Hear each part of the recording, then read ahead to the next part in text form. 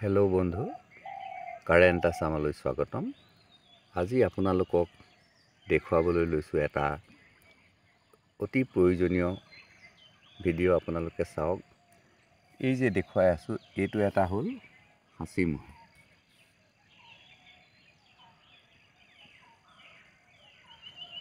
এই সাঁচি মহাটো আপোনালোকে দেখিছে, এই গছজোপা বিক্ৰী কৰা হৈছিল 50,000 টকাত। আৰু এই সাঁচি মহাটোৰ পৰা আপুনি এতিয়া চাওক, আকৌ হৈছে এই দুটা পুলি, এই এটা পুলি আৰু এই এটা পুলি, আৰু সেই এটা পুলিকে আপোনাৰ হৈ গৈছে 3টা পুলি।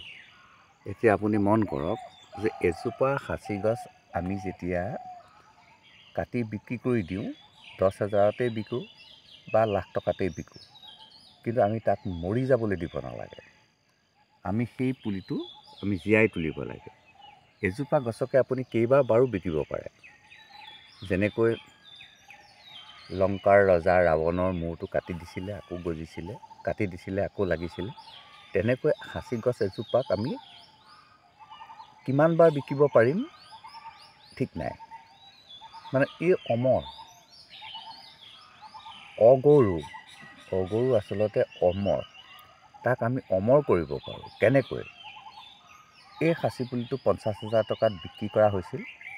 বিক্ৰী কৰাৰ যিদিনাখন সাঁচি পুলিটো কাটিছিল, কটাৰ আগতেই আপুনি এটা ঔষধ গোটাই থ'ব লাগিব।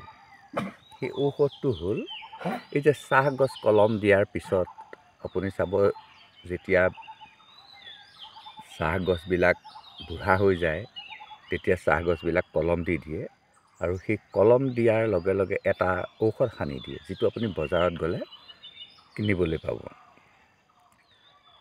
ঔষধৰ দোকানত, মানে যিবিলাক দোকানত ঔষধ বিকে, মানে এই আপোনাৰ কীটনাশক দ্ৰব্য বিকে, সাৰ বিকে, তেনেকুৱা দোকানবিলাকত আপুনি গ'লে পাব। আপুনি গোটাই আনিব, বেছি নহয়, 10 টকা লয়। আপুনি 10 টকা দি এটা টেমা কিনি আনিব। গছডাল কটাৰ পিছতেই আপুনি যিমান সোনকালে পাৰে সিমান সোনকালে ঔষধটো ইয়াৰ মুখখনত সানি দিয়ে, গছডালৰ মুখখনত সানি দিব, মানে কটা অংশটোত সানি দিব, আৰু আপোনাৰ কাম নাই। অলপ দিনৰ পিছত আপুনি দেখিব তাৰ পৰা এনেকৈ পোখা ওলাই আহিছে।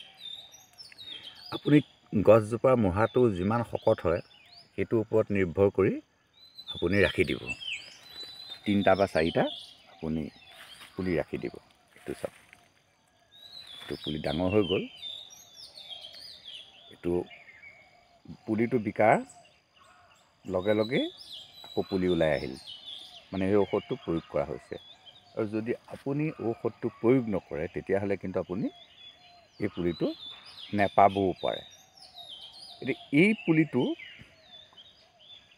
50,000 বিকিছিল, কিন্তু এতিয়া এই পুলিটো 50,000তকৈ দামত বিকিব পাৰিব। কেনেকৈ? ইয়াত 3টা পুলি ৰাখি দিব লাগিব। 3টা পুলিত আপুনি 3 ভাগে বিকিব পাৰিব, মানে এনেকুৱা হৈ যাব চব।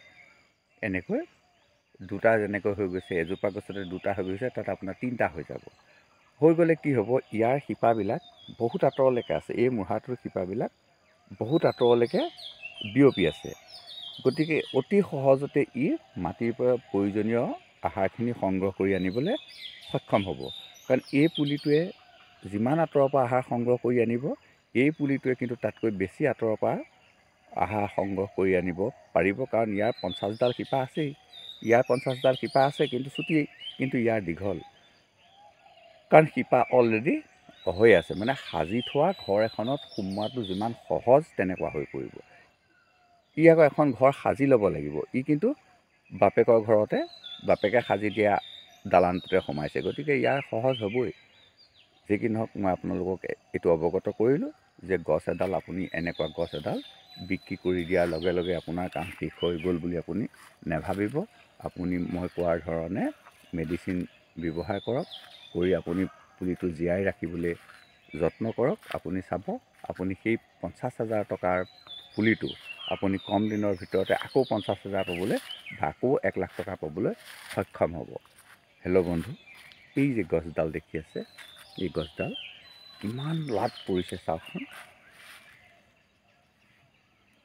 কিমান খাইছে। এইবিলাক হ'ল অলপ ভাল জাতৰ সাঁচি। এই সাঁচি গছবিলাক বহুত ওপৰৰ মাল হয়। ইয়াত চাওক একেবাৰে ওপৰৰ পৰা খাই আছে।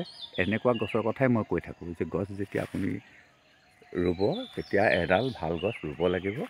আপুনি যেতিয়া মানে মালভোগ কল ৰুব তেতিয়াহে আপুনি মালভোগ কল পাব। যেতিয়া আপুনি ভীমকল ৰুব আপুনি ভীমকল পাব। এই পুলিটোলৈ মন কৰকচোন কেনেকৈ ধুন্ধ কৰি দিছে, দেখিছেনে? এতিয়া এই যে খাই আছে এই পুলিটোত আপুনি বহুত টকা পাব। এইটো চাওক।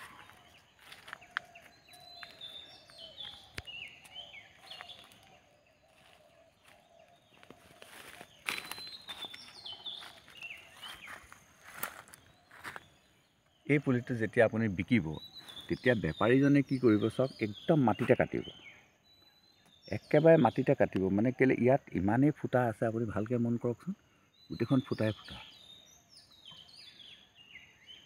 দেখিছেনে? দেখিছে কেৰুফালে এইবিলাক হ'ল আচল সাঁচি। আপুনি যদি ওপৰলৈ যায় চাওক গোটেই ফুটা, একেবাৰে ওপৰলৈকে ফুটাই ফুটা হৈ আছে। হেল্ল' বন্ধু, আমি সাঁচি গছৰ ওপৰত আচলতে কিয় ইমান টকা নাপাওঁ? এই সাঁচি পুলিটোত আপুনি লাখ বুলিলে 1 লাখ টকা আপোনাক কিয় দি নিদিয়ে, কিন্তু এই পুলিটো 5 লাখ টকীয়া। আপুনি ভাবিব নোৱাৰে এই পুলিটো 5 লাখ টকীয়া, কিন্তু এই পুলিটোত আপোনাক 1 লাখ টকাহে দিব। 4 লাখ টকা কি হ'ল? আপুনি 5 লাখ পাব লাগিছিল, পুলিটো 5 লাখ টকীয়া, কিন্তু আপোনাক 1 লাখ টকাহে দিলে। 4 লাখ টকা কি হ'ল? একেবাৰে সহজ কথাত মই আপোনাক বুজাই দিছোঁ। যিজন বেপাৰীয়ে এই গছডাল কাটিবলৈ আহিব 1 লাখ টকা দি 5 লাখ টকীয়া পুলিটো 1 লাখ টকা দি কাটিব, কিন্তু বেপাৰীজন অকলে নাহে। কাৰণ বেপাৰীজনৰ পইচাৰ কথা আছে। গতিকে তেওঁ 1 লাখ টকা দি পুলিটো কাটিবলৈ আহিবলৈ কমেও 2জন বা 3জন লগ হৈ আহিব। 2জন বা 3জন লগ হৈ এইকাৰণে আহে যে অকল আপোনাৰ এই পুলিটোকে নিবিকে, ইয়াৰ লগত আৰু তেওঁলোকে পুলি সংগ্ৰহ কৰিব, এটা লাটৰ সৃষ্টি কৰিব। মানে কেইবাডালো গছ লগ লগাই এটা লাটৰ সৃষ্টি কৰিব। মানে যেনেকৈ এবস্তা ভাল আলুৰ মাজত 1 কেজি গেলা আলুও ভৰাই দিব পাৰি, ঠিক তেনেকৈ 10 জোপা ভাল গছৰ লগত 10 জোপা তেওঁলোকে বেয়া গছো ভৰাই দিব, দি তেওঁলোকে মুনাফাটো লুটিব। ফলত কি হ'ল, আকৌ মই চমুলৈকে লৈ আহিছোঁ যে এই গছডাল যেতিয়া 1 লাখ টকাত আপোনাৰ পৰা কিনিব, 3জন বেপাৰী আহিব। আপুনি চাওকচোন, 3জন বেপাৰীৰ 20,000কৈও 60,000 টকা প্ৰফিট হ'ব লাগিব। প্ৰত্যেকজনে 1 লাখ টকা দিয়া গছজোপাত তেওঁলোকে 3জন মানুহৰ মাজত প্ৰফিটটো ভাগ হৈ যাব। প্ৰত্যেকে যদি 20,000কৈ লৈ লয়, যে 20,000 মই ল'ম, ইটোৱে ক'লে মই 20,000 লৈ ল'ম, সিটোৱে মই ক'ম 20,000 লৈ ল'ম, তেতিয়া 1,60,000 হ'ল। 1 লাখ টকীয়া গছজোপা 1,60,000 সেইকেইটা হ'লেই। ছেকেণ্ড পাৰ্টিক বিকিলে 1,60,000, তেওঁ নি 2 লাখত বিকিলে, কাৰণ তেওঁৰ প্ৰফিটটো আৰু বেছি হ'ব, তেওঁ কাৰোবাৰটোৱে হেভি। 2 লাখ টকা হৈ গ'ল। আৰু সেই 2 লাখ টকা আপোনাক 7-8টা মানুহে 7-8 দিন খাটিব। সিহঁতৰ প্ৰত্যেক দিনৰ হাজিৰা আপোনাৰ ধৰি লওকচোন 600 টকাকৈ। সেইখিনি আহিলে, তাৰপিছত গৈ পেলাই আপোনাৰ সেইখিনি 15 দিন গেলাই ৰাখিলে। 15 দিন গেলাই ৰখাৰ পিছত আপোনাৰ সেইখিনি আকৌ 15 দিন জুই দিলে। 15 দিন জুই দিওঁতে আপোনাৰ কিমান খৰচ হ'ব আপুনি মন কৰকচোন। সেইফালেও 3টা মানুহ লাগিব, কাৰণ একেটা মানুহে 15 দিন একেৰাহে জুই দি থাকিব নোৱাৰে। এটা পাৰ্টিয়ে ৰাতি দি দিলে, এটা পাৰ্টিয়ে দিনত দিলে, আকৌ এটা পাৰ্টিয়ে ৰাতি দিলে, তেনেকৈ 2টা মানুহ 15 দিন খাটিলে। খটাৰ পিছত আপুনি চাওক, সেই বস্তুখিনি মালখিনি বাহিৰ কৰা মানুহ বেলেগ আছে, তেওঁলোকে চেকি পেলাই নি তাৰ পৰা মালখিনি আকৌ বাহিৰ কৰিলে। আকৌ মালখিনি বাহিৰ কৰাৰ পিছত যিখিনি মাল ওলাই গ'ল, সেই মালখিনি ওলাই যোৱাৰ পিছত সেই মালখিনিক আকৌ তেনেকৈ ডেগৰ মালিকজনে হোজাই মানুহজনক বিকিলে। হোজাই মানুহজনে আকৌ আৰৱৰ মানুহজনক বিকিলে। আৰৱৰ মানুহজনে আকৌ ডুবাইত তেওঁৰ যিটো হ'লচেল দোকান আছে, হ'লচেল দোকানলৈ লৈ গ'ল। হ'লচেল দোকানৰ পৰা ডুবাইত আমাৰ 112খনমান অসমীয়া দোকান আছে, সেই তেওঁলোকৰ হাতত পৰিলেগৈ। তেওঁলোকৰ হাতত বস্তু ষ্টক হৈ থাকিলে। ষ্টক হৈ থকাৰ পিছত গ্ৰাহকক বিকিলে।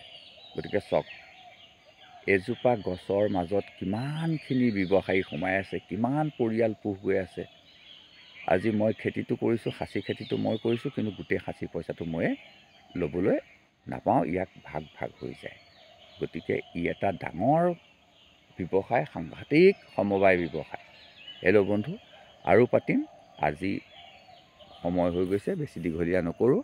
মোৰ ভিডিঅ'টো যদি আপুনি প্ৰথম আহিছে মোৰ চেনেলটো লাইক কৰক, কমেণ্ট কৰক, বেল আইকনটো ক্লিক কৰক, যাতে এনেকুৱা ভিডিঅ'বিলাক সকলোতকৈ আগত আপুনি পাই থাকিবলৈ সক্ষম হয়। আজিলৈ আহোঁ, ধন্যবাদ।